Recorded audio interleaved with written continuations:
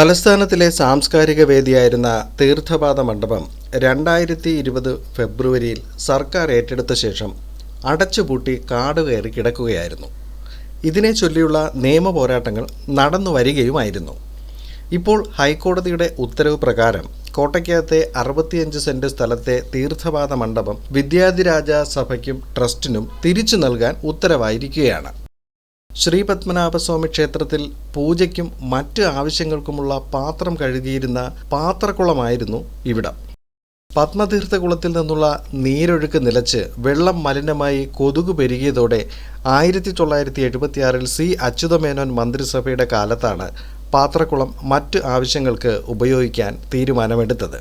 വ്യാപാര സമുച്ചയം, car parking എന്നിവ നിർമ്മിക്കാൻ സിറ്റി ഇംപ്രൂവ്മെന്റ് ട്രസ്റ്റിന് ആദ്യം ഇത് കൈമാറി. അന്ന് 1 സെന്റിന് 750 രൂപ വീതം നൽകാൻ ഉത്തരവായി.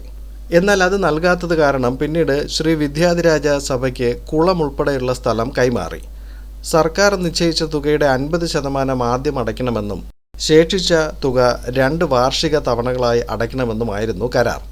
1977 പാത്രക്കുളം ഭാഗികമായി മണ്ണിട്ട് നികത്തി. പിന്നീട് ഇവിടെ ചട്ടമ്പി സ്വാമി സ്മാരകം നിർമ്മിക്കപ്പെട്ടു. ഇത് തീർത്ഥപാദ മണ്ഡപം എന്ന പേരിൽ അറിയപ്പെടാൻ തുടങ്ങി.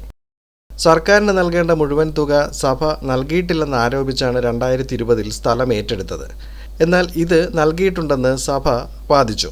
അതിൻ്റെ രേഖകൾ വഞ്ചൂർ വില്ലേജ് ഓഫീസിൽ കാണാനില്ല എന്നായിരുന്നു സർക്കാർ മറുപടി. അതോടെ സ്ഥലം തിരികെ നൽകാൻ വിധിയുണ്ടായി. 2007 ഇത് ഏറ്റെടുക്കാൻ സർക്കാർ ഉത്തരവുണ്ടായിരുന്നു.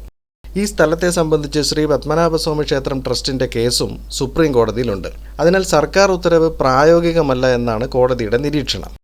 ഈ കാര്യങ്ങളൊക്കെ മാധ്യമങ്ങളിൽ വന്ന വാർത്തകളാണ്.